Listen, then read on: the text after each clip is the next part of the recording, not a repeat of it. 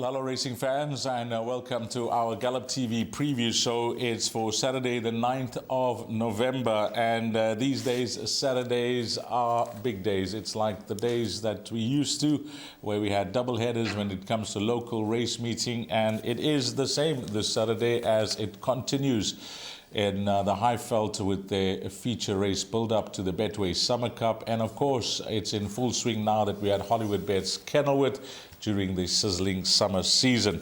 Trust that you, the valued racing fan, is well, and we are looking forward to previewing the show with none other than Graham Hawkins. What's on the go before we chat to Graham? Well, there are 10 races carded. It is an early start at 12 p.m. sharp. The big one, the Pick 6, I see, is at 13:45. There will be 2 jackpots on offer, and we should close things off at 17:20. Graham, another big day when it comes to local racing with the doubleheader, and I'm getting used to it these days, you know, where we can pick our spots and see where we want to play and which exotics we want to chase, so we are spoiled for choice as always. Absolutely. Bumper race card at Turfentine, and certainly a bumper race card at Hollywoodbets Kenilworth. 10 well-filled fields, as you've mentioned. Some nice feature races. The official trial into the World Sports Betting Cape Fillies Guineas, which takes place on the 7th of December. So we've got the Western Cape Fillies Championship over 1,400 meters for the 3-year-old fillies. That'll give us a good indication as to what we can expect in the World Sports Betting Cape Fillies Guineas on the first Saturday in December. But aside from the feature races, some really good racing on offer. The weather looks good, although the southeast is going to make its presence felt, so they could be running into a pretty strong headwind. Okay, Graham, let's kick things off with race number 1, and maybe we can try and build a kitty for the guys. It's a maiden plate over 1,600 meters, and as we bring up the field, I'll give you the scratchings. They're numbers 1, 13, and 15 in race number 1, and I see there has been a jockey declared on number 18. Taka will ride there. Betting, Graham, number 3 at 9-2. I'd like to hear Graham's comments on the very costly Zeets, number 4, that's at 17-10. Number 5 at 6-1, who is a blinker strike. 9 is at 8-1.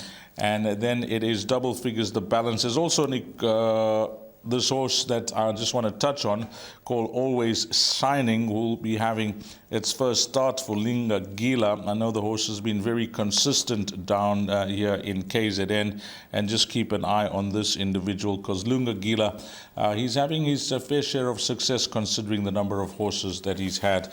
What are we doing in race number 1, Graham? Are we going with the frustrating number 4, Zeets? Well, it's interesting because both number 4 Zeets and number 5 Bombers in the Sky are blinker strikes. Late declaration for number 5 Bombers in the Sky. There was only a head separating them when they were but 3rd and 4th behind Gnarly. Zeets was very disappointing on that occasion. As you say, he's been costly to follow. He promises to win but fails to deliver. So the question is, do we give him another chance now that he's cracked a decent draw? Admittedly, he was drawn wide in every one of his 3 runs at Hollywoodbets Durbanville. He's cracked a nice draw here. Blinkers are added. Let's hope he can get into the race early, because he tends to get lost in the early stages of a race. We're still on a short run in. It is still the winter course, so it's going to have to be reasonably handy. I was disappointed with the fact that he didn't finish his race off last time. He moved into a winning position with 400 meters to go, but he failed to go through with his effort, and in the end, as I said, only a head separated number 4 Zeets and number 5 Bombers in the Sky. They both get blinkers for the first time, so purely on form, there should not be much to choose between the pair. Number 3 Express Yourself is certainly worth some airtime. He showed a lot of improvement in his first run as a gelding. He's also cracked a nice draw, and the Justin Snaith Grand Finike team are in good form. Royal Port Louis can get into the trifectas and quartet. Same comment applies to number 10, Red Dawn. You mentioned number 14, Always Shining. Well, he could hardly be more consistent. 9 times in the money out of 10 starts, but I feel he's taking on a lot stronger here, and he's going to battle to make an impression in this field.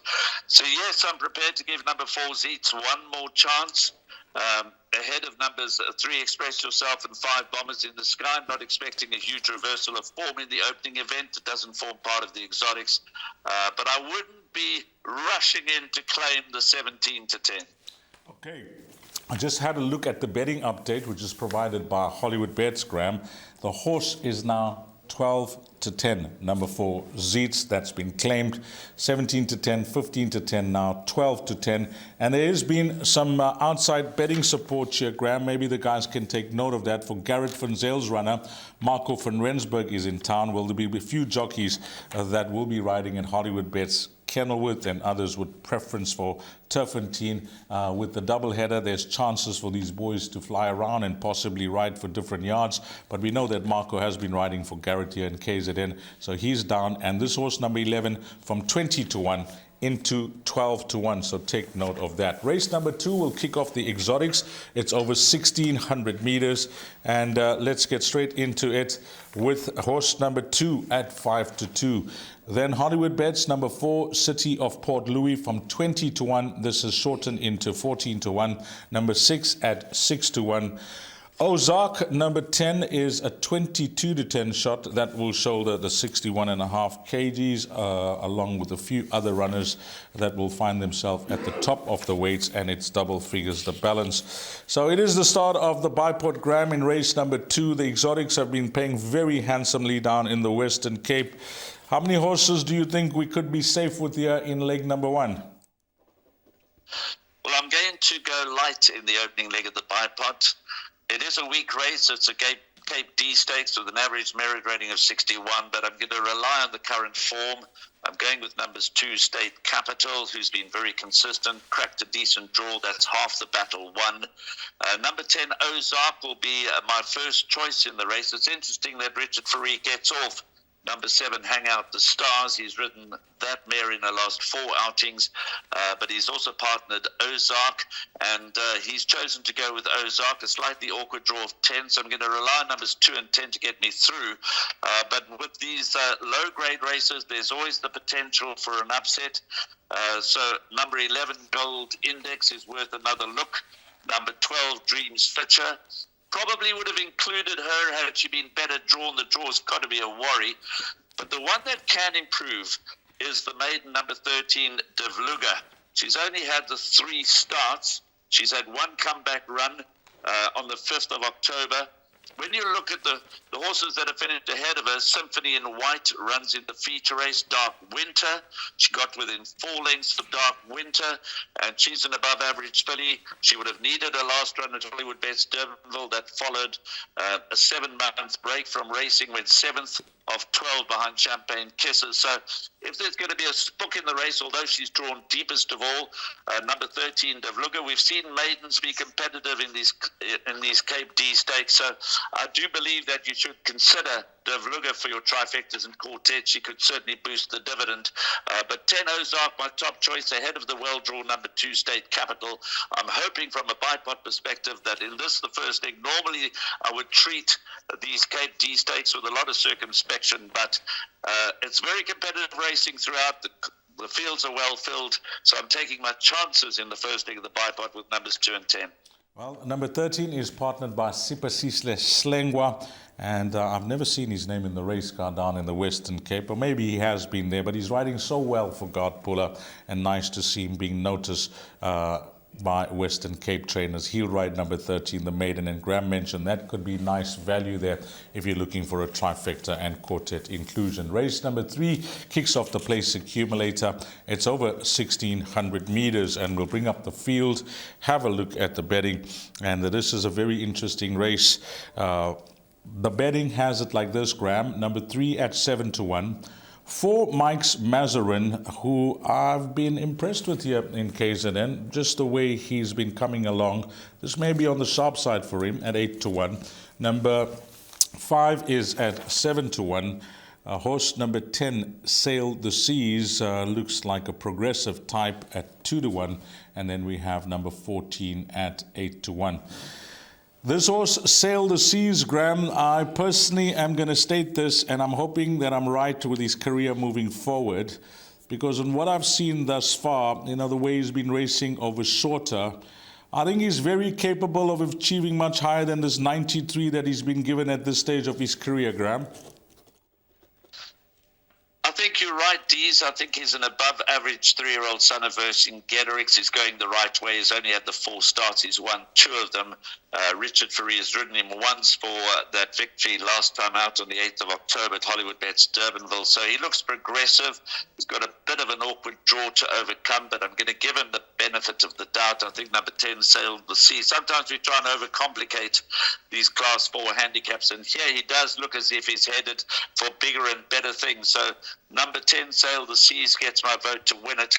But it is competitive. 5, Hoodia, is quite easy to back. Ran a good race behind Song to the Moon. Justin Snaith will have a good line because Song to the Moon also hails from his stable. So I'm sure he has a higher regard for Sail the Seas than he does for Song to the Moon. But nonetheless, Hoodia has shown flashes of form and is very well bred. So he's got to go into the play. One that's very easy to back is number 2, Happy Days. Now, I know he only recently won a maiden. He won it over the strip. He won it by more than 3 lengths, but he's cracked a good draw. He's by 1 world. So I think there might well be a lot more to come from number 2, Happy Days. He's in double-figure odds, and I wouldn't be surprised to see him be involved in the finish here. Number 3, Master of Paris, again from the Snaith stable. What you see is what you get. He seldom runs a bad race. He gets the services of Grant van Niekerk. He's cracked a good draw, so he's likely to be in the mix again. You mentioned Mike's Mazarin. I think this will be too sharp, and I'll sit on the fence with him because the quality of horse that he's beaten, I know he can only win, but he narrowly beat Burning Man, who's been very disappointing. I know he narrowly beat King Bavarian, who is holding his form well, but I think this is a step up in quality for number 4, Mike's Mazarin. So I'm going to give him a miss on this occasion. The one horse that I never leave out is in the crazy price. Is I think it's amongst the 20 to 1 outsiders. But number 13, Bardolino. Bad draw. He's competitive in this sort of class. He's not consistent. I think he's better than his last 3 runs at Hollywoodbets Durbanville suggest. If you look at his course and distance form, it's not too bad at all. So if you're looking for the roughie that could boost the trifectas and quartets, then it could be number 13, Bardolino. But I'm going to row in with number 10, Sail the Seas. Yeah, I like your thinking with number 13 for the minor positions there. Graham gets my vote as well. But Sail the Seas, the horse to beat in leg 1 of that place accumulator. The big one, the pick 6, kicks off at 13:45. And I don't know if Graham has any information on the exact date, but it's celebrating Centurion member Gary Player's birthday. Nice to see them put his name to a race, 1,100 meters. This is the way they're betting. Number 2 from 7 to 1 into 11 to 2. Hollywoodbets hasn't been seen since February. Then we got number 3 at 7 to 1, 4 at 8 to 1, 7 at 4 to 1. That's Brett Crawford's runner called Night Bomber, who was heavily backed last time out but couldn't get to the number 1 box, running a decent third behind Dumbledore. Number 8 at 8 to 1. Number 10, Escarpment, has a very solid relationship with this gentleman called Sean Veal, who's having a wonderful run in the Western Cape. But another horse that's been off since June. 8 to 1 is the price of number 10, Escarpment, and it's double figures the balance. Let's begin with what I mentioned first, Graham. Gary Player's birthday. You know, we have to give him the credit that he deserves on what he does for racing and his involvement with racing, and of course his recent success with racing with Dave the King, Graham. Not only Dave the King, Dees, but he's had a lot of winners. Double Grand Slam. He partners with Suzette Viljoen and Dave McLean in Double Grand Slam. He's enjoyed a wonderful run, even many horses sporting his own familiar black and white silks. His birthday was on Friday, the 1st of November. I've lost track as to how young he is because he does seem to get younger with each passing year. So he celebrated his birthday on the 1st of November. This is an interesting race. Now, number 2, Tananga, you'll see when my selection slide comes up. I put him in as one of my 2 value bets for the day. He opened, you could get 8 to 1 early, number 2, Tananga. The trainer's comments, expecting a good run. And you look at his form and you look at the horses that he's run behind. I thought that those odds he represented very good each way value, even though he's been off the track since the 10th of February. Now he's much shorter in the market, so I think the value's gone. But when I submitted my selection, he was around 8 to 1. So there's solid support coming in for number 2, Tananga. One point I want to make, Dees, and it's a big if. If the track runs like it did at Hollywoodbets Kenilworth on Tuesday down the straight, then I fancy that the inside gates might have a slight advantage. The track seemed quicker down the far running rail, gates 1, 2, 3, 4, 5, etc., than towards the outside. That's the impression I gained from the race meeting on Tuesday. Of course, it could all change on Saturday, but it's something that the punters must look out for in the early races, because we've got two 1,200-meter races with big fields towards the end of the card. So Tenango is my top choice. I thought it was a bit of a price. It's no longer a bit of a price, but there are others to mention. Black Egret is interesting. Richard Faree has only ridden him twice for 2 victories. He gets back aboard the Clinton-trained 5-year-old son of Rafif. He would have needed that run behind Dumbledore. It was his first run in the Western Cape at Hollywoodbets Durbanville. He comes to Hollywoodbets Kenilworth. Nice draw, big weight. But certainly Richard Faree gets the right sort of tune out of him.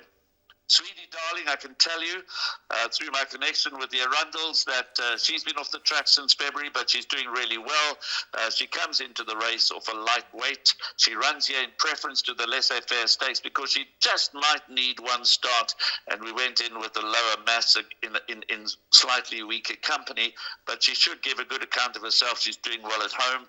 Silver Crown, Night Bomber, I'm prepared to give Elusive Winter another chance. Moved up really well last time out when we fancied. Only faded late after setting the early fractions and could have come on a little bit more. Also only 53 to carry. Tough terrain you can never ignore. So it's a very competitive start to the Pick 6Ds. It's a Cape B Stakes over 1,100 meters. A race that I've described as tough and challenging. I'm in the camp of number 2, Tenango. But Night Bomber certainly deserves a hell of a lot of respect, as does Black Egret.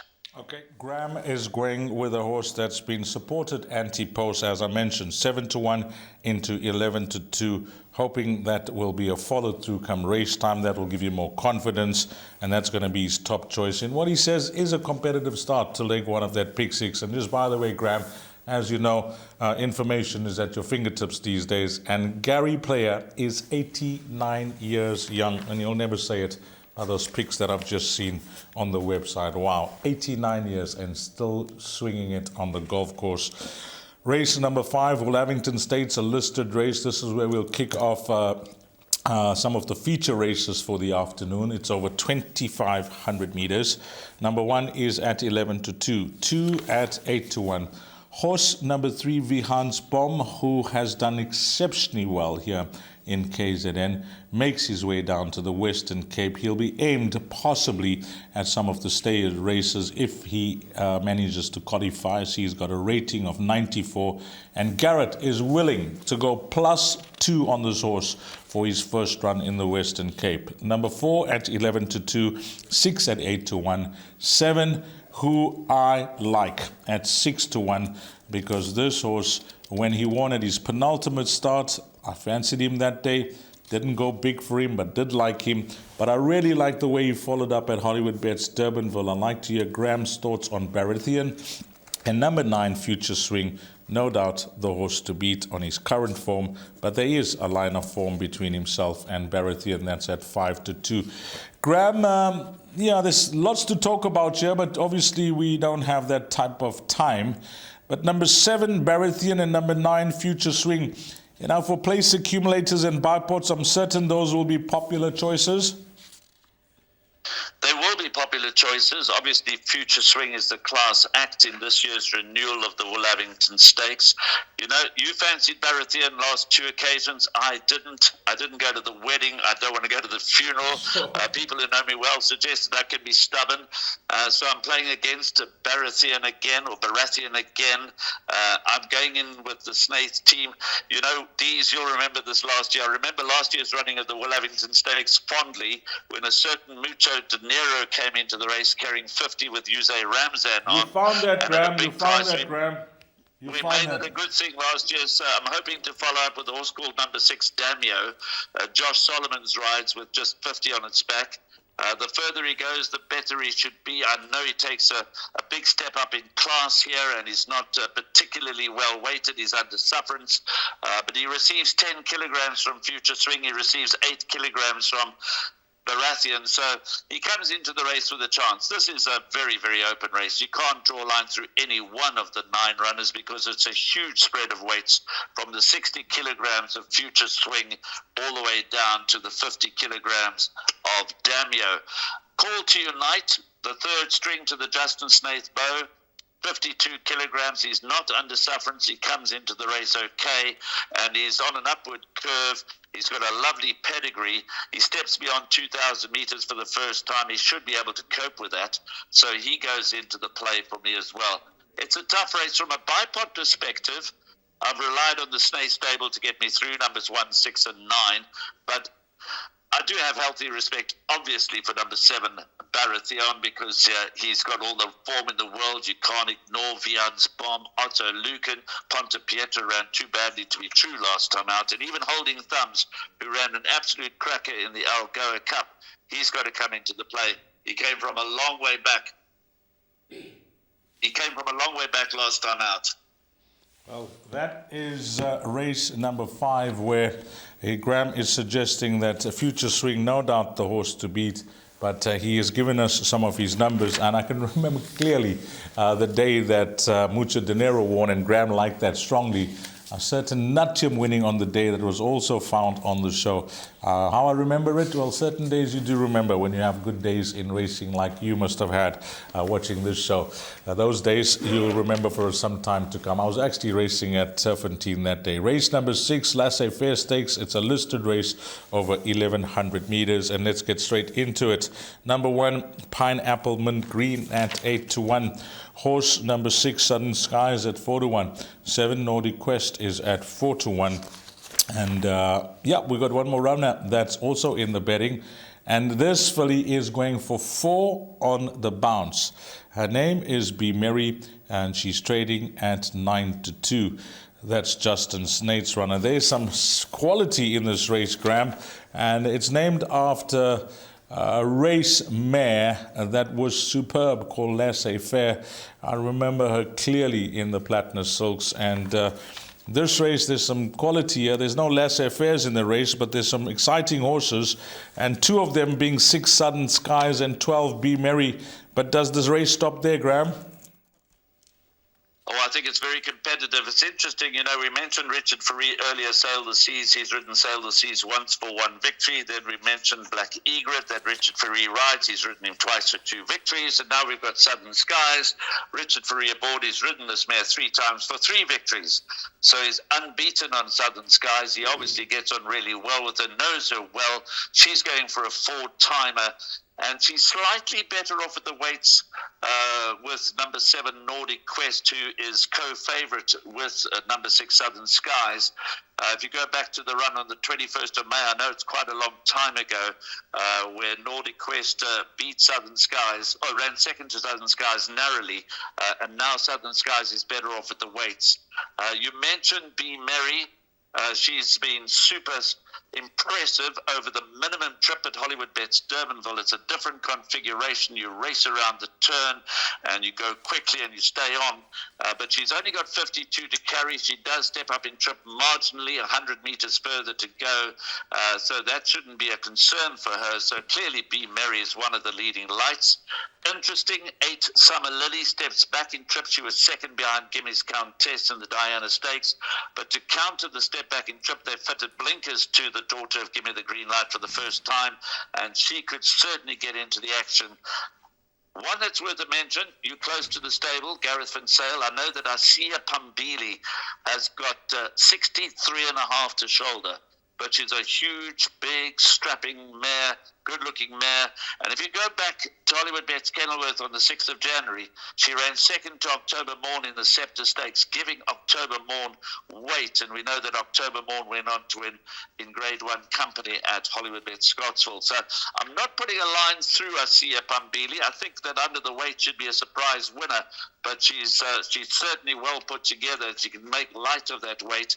And if she's in a good space, she could surprise us on a Cape Summer season debut. But I'm in the camp of number 6, Southern Skies, to confirm the form with number 7, Nordic Quest. But clearly healthy respect for Be Merry. Yeah, I just must add to Graham about number 2, Asia Pambidi. I remember clearly in that South African filly spin chatting to Duncan Howes prior to that race day that he fancied his filly strongly that day, and we know what happened, that it was no run from her. So the fact that he fancied her to be competitive at the highest level, Graham could be onto something, even though she carries this top weight. So just keep an eye on the betting when it comes to horse number 2, Asia Pambidi. But a competitive race, and I must just pay compliments to the Adam and Mike Azzi stable. Wow, what a move for this horse racing in the Western Cape. As Graham mentioned, the record that she has with Richard Fourie, but 5 runs there, 3 wins and 2 seconds. Can she make it 4 in a row, just like number 12, B. Mary is trying to achieve? Jackpot 2 begins in race number 7. It's the Western Cape Fillies Championship. It's a Group 2, and the first stake check is in excess of 265,000. 1,400 meters the distance. Yeah, now it's some high quality. Yeah, some high quality horses. Number 3, Symphony in White, 7-2. Number 5, Whistle the Tune, who raced in all those features as a young horse here during our KZN champion season. Number 7 at 7-1. 8 is an 8-1 shot. And 12, Gimmy's Countess. Well, we know what happened last time out. She had to answer a few questions that both Graham and I had for her. But the way she handled Hollywoodbets Durbanville and the way Dean Kannemeyer brought her back from that layoff, for her to win in the manner that she did, Graham, she would have grabbed the attention of most, if not all, that she is a serious filly in the making. This is a very interesting race. It's a matchup between proven quality at graded stakes level and untapped potential. There are so many nice fillies coming through the ranks, and I'll list them quickly. Little Susie out of the Met-winning O Susanna, Polynomial, Beware the Bomb, My Sensation, Festival Chic.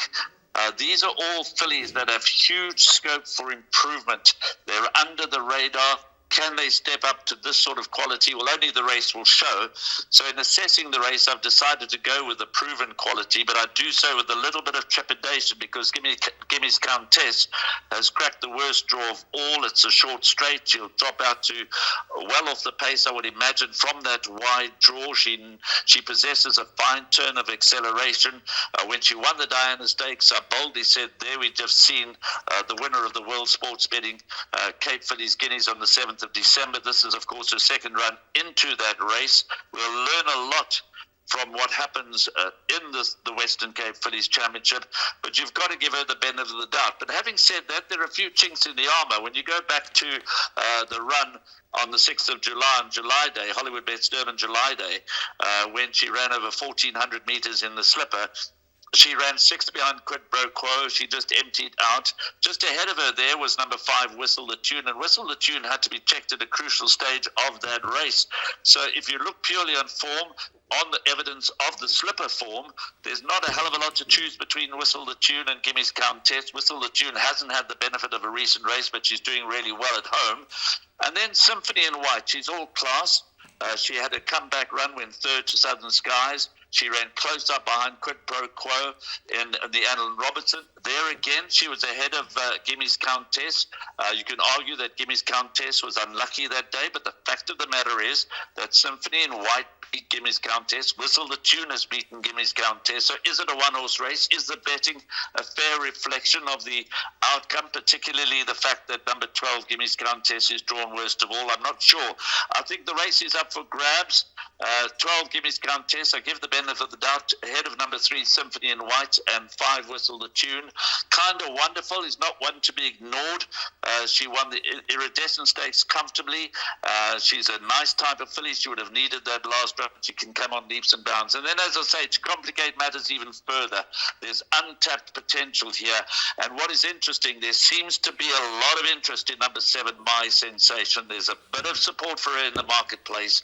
Lucinda Woodruff has made no secret of the fact that she thinks she's high class. So this will be a good test for the fillies, but let's give number 12, Gimmy's Countess, the benefit of the doubt. Graham, if I had to give you 100 Rand, and I've given you the option, back either numbers 12 or 5, but the option is simple. 12 a win at 17-10, or 5 Whistle the Tune at 5-2 to run in the top 3. That's your option. Where would you put your 100? Wow, I'd rather put it on Symphony in White, but I'd go with Whistle the Tune. I'd go with Whistle the Tune a place ahead of number 12, Gimmy's Countess a win. But of course, I could be all wrong in that. Okay, you heard it from Graham that is where his 100 rand will go, but I didn't give him option C, and option C could be number 3, Symphony in White at 7-2 that he likes as well. So a nice race, but this will tell us a bit more on how we're moving forward when it comes to the 3-year-old fillies down in the Western Cape. Race number 8 is over 1,400 meters, and we'll bring up the field and have a look at the betting. This horse, number 1, is now trading at 8-1. I don't know how this slipped under the radar. First up with the Snake Stable, 125-1 winner on debut, 8-1 now. Number 2, 8-1. Then we go on to number 6 at 28-10. There is money here, Graham, for a horse called Pink Pigeon from the Brett Crawford stable, a recent maiden winner, from 7-2 Hollywoodbets, now 28-10. And number 9, 2Gs, is at 11-2. What are we doing in this race, Graham? I think this is potentially a very strong Class 4 handicap for fillies and mares, 1,400 metres, so nice 3-year-olds in the lineup. Number 6, Scarlet McCaw, I've been following her for a while, as you will know. It's my top choice, but number 1, Swire Tech, is interesting. As you say, she wanted a big price beating Miraculous. Miraculous came out to win well to frank that form. Swire Tech was priced up at big odds for this race. She was at 14-1 at one stage, and you will notice again that she's one of my 2 value bet suggestions for the day. Well, she's already into 8-1. She's cracked pole position. Craig Bantam retains the ride. He rode her first time out. I'm expecting another very big effort from number 1, Swire Tech. I think she certainly won that race full of merit. There was nothing flukish about it. She came from off the pace. She beat Miraculous, who, as I say, has franked that form in a big way. Pink Pigeon, impressive maiden win. Impressive form overall. She's been behind B. Mary and Oktoberfest. Both of those form lines have been franked. So Pink Pigeon, every right to improve further. Number 9, 2Gs, won it the second time of asking after a fair debut behind Beware the Bomb. So she could be anything. 3, Spoil Yourself, has got a nice draw. She wasn't too far behind Polynomial, and then beat Little Susie, and then was behind Beware the Bomb. Now, all 3 of those fillies that she was involved with are in the Western Cape Fillies Championship. So it's a clear indication that the form of number 3, Spoil Yourself, mustn't be underestimated. I think this is a really good race. I think Scarlet McCaw has been knocking loudly at the door. I think she deserves a second career victory. I think she'll go well for Elder de Meyer. Anthony Andrews, nothing wrong. He's ridden in the last 2 starts. But if you go back to when Elder de Meyer last rode Scarlet McCaw, she ended up in the winner's enclosure. So my marginal top choice to number 6, Scarlet McCaw. The big value about number 1, Swire Tech, that is now gone, but she still represents good each way value at 8-1. But certainly you can't ignore Spoil Yourself, Pink Pigeon, and 2Gs. Well, Graham's hoping there's more to come from number 1 after that pleasant surprise for the Connections first up at any price. As he mentioned, claimed into 8-1. And that could be the way to go there in race number 8. Race number 9, 1,200 meters, and number 1 is at 7-1. Horse number 2 at 9-2. Then we go on to number 6 at 8-1. 7 is an 8-1 shot. 8 at 7-1. 9 is a scratching at the time of recording. There has been some anti-post action around number 10, Graham Paratrooper, from 20-1 into 14-1. 11 at 8-1. And it is double figures the balance. By the way, number 19 is also a scratching at the time of recording. It is the end of the place accumulator, the end of the pick 6 as well. I don't know if I did mention that Jackpot 2 begins in race number 7. So this is the penultimate leg of Jackpot 2. And I don't know how many horses you're going to be safe with here, Graham, because the betting does tell you a story. When you got a horse at 9-2 at the top of betting boards in horse number 2, and then the next best at 7-1, it really looks like a trifecta quartet race, this race number 9.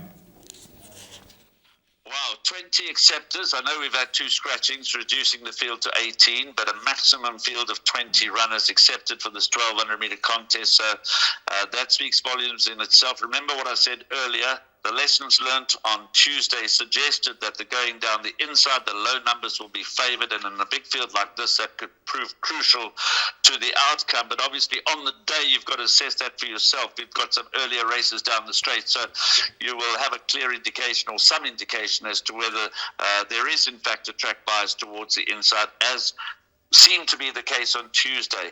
I could spend an hour on this race alone, so I'm going to cut it short. I think that Let It Be Said, who beat the very impressive Garrix last time out, is entitled to be at the top of the boards. It could turn out that he's drawn on the right side of the track. So Let It Be Said is the one to beat. Sikorsky, you've got to consider, along with his stable companion Arctic Wizard. These are the kind of races that Greg Enion often has success in, so both of his horses are competitive. I'm not surprised there's been a bit of a nibble for Paratrooper. He's coming down the ratings. He could get into the action. He has his 3rd run after a rest, and his last 2 at Hollywoodbets Durbanville. I think he's better down the lane at Hollywoodbets Kenilworth. That all being said, he has his limitations, but he could certainly get into the money. Kel Forrest doesn't have a very good record over track and trip, might prefer a little bit further, but Grant Van Niekerk certainly gets on quite nicely with him, knows how to ride him. He'll be held up for a late charge.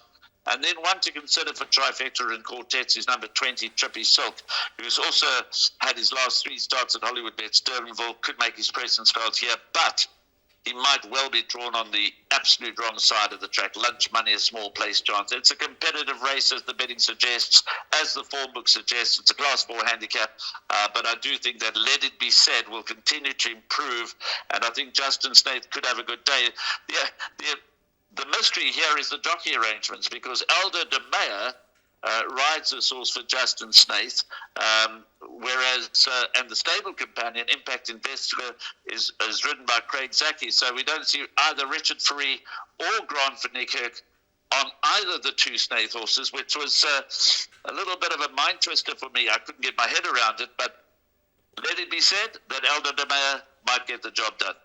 Okay, Graham, you actually are getting me warmed up here with those comments on the low number draws, and I'm hoping it does come to the fore in this race, because I like a lunatic selection here, some may say, but I feel it's not. Number 3, Fort Red, 25-1 in the betting, and this is the elder of the race, and when these elders take on the youngsters, sometimes it could be a lesson in respect and manners. I'm hoping it's the case for number 3, Fort Red here, Graham. Just a quick comment on him, Graham. 25-1 in the betting. And that looks to be too large after that good last start. Yeah, he's probably overpriced. But he's in his place. He has his days. When he's in the mood, he's dangerous. It's been some time since his last win, just over a year. Yeah. He is 7 years old, but he's still competitive. And if he comes to the track in the right frame of mind, from that inside gate and going quick early, depending on how strong the southeaster is blowing, he could certainly get into the mix. It's a very, very tough race because of the numbers, and a bit of luck in running will be essential, and hopefully everybody has a fair chance and a clear run. Thanks for that, Graham. Race 9. And we close things off in race number 10. And this is the last leg of Jackpot 2. It's 1,200 meters. Hopefully we can close things off on a high. Number 2, Augusta Blue at 7-1. Number 5 at 7-2. 7 at 7-1. And then we have a horse that has been back. Lunga Gila, Champagne Mac. Are the boys going to be popping that champagne after race number 10? It's Gujuda, the owner, Cloverflay stud the breeders, and this horse has blinkers on for the first time. Richard seems to be picking his spots nicely when he rides for Lunga. Not that he rides often, but I'm just saying, the last time he did ride, which was a few meetings back, he had a good winner for the stable. Yes, and he rode Champagne Mac last time to a close second behind Prince of Tibet, who reopposes here. So you can throw a blanket over number 11, Prince of Tibet, and number 12, Champagne Mac. 7, Tambourine Man. Will relish going back to Hollywoodbets Kenilworth. The last time he raced there, he was a winner. He certainly has his limitations, but the Adam Marcus stable also continues to churn out the winners nicely, and Tambourine Man will be competitive. Even Champagne Max stable companion, the Lunga Gila trained Gravity, He moved up nicely over 1,000 meters last time at Hollywoodbets Durbanville. He's competitive in this sort of class. It's an average merit rating 62. Isikiro, if that's how you pronounce it, has got a claim. So does Augusta Blue, although I suspect that Augusta Blue, stable companion to Tambourine Man, would prefer a touch further. So I'm narrowing it down to a match in 3, effectively between number 7 Tambourine Man, 11 Prince of Tibet, and 12 Champagne Mac. If there is a track bias towards the inside, it's going to be interesting to see what tactics JP van der Merwe and Richard Fourie adopt aboard numbers 11 Prince of Tibet and number 12 Champagne Mac. But that's all speculation. When we head into race 10, we'll know exactly what's happening with the track on the day and what tactics they're likely to adopt. But it is a weak race, and an upset is certainly possible. Okay, and if you want some confidence about the form line of Champagne Mac's last start, 1 runner, 1 winner, and it was Captain Christie from the stable of Vaughan Marshall. So Graham's giving us his thoughts race by race. Let's go into his suggested bet for the race meeting as we bring that slide up on screen. And as it comes up, we'll see what bet it is. And it's a bipod, Graham. And I see you've given some value bets as well. We appreciate that. You want to run through it? Bipod starts race 2 off at 12.35, 2 and 10, that's State Capital and Ozark. By 2, 5 and 10, Happy Days, Hoodie and Sail the Seas. By 2, 4, 7 and 9, going wide in that leg. Then numbers 1, 6 and 9, the Snaith team in the Willavington Stakes, Called to Unite, Damio and Future Swing. By 2, 6 and 7, I've thrown in Asia Pambili, just in case we get a massive result, along with 6 Northern Skies and 7 Nordic Quest. Last leg, numbers 3, Symphony and White, 5 Whistle the Tune, and 12 Gimme's Countess. My value bets, well, at the time I submitted them, number 2 Tanango in the 4th race was at 8-1, is now into 11-2. And at the time I submitted my selections for the 8th race, number 1 Swire Tech at that stage was 12-1, now into 8-1. And those would be my 2 value bets on what is a very, very interesting and good day's racing. As always, Graham, thanks for your time, and hopefully things fall into place. All the best. Thank you, Dees. Go well. Thanks to Graham Hawkins, and on behalf of the Gallop TV team, myself, Dees Dana, and to you, the valued racing fan, Hollywoodbets Kenilworth. Lots of action on the Saturday, 10 races carded. There's some high-quality racing. And to you, the valued racing fan, have a blast. Find all the winners, and hopefully it turns out to be a wonderful day for you punting in the Western Cape. Until we meet again, you take care. Salani Gashte.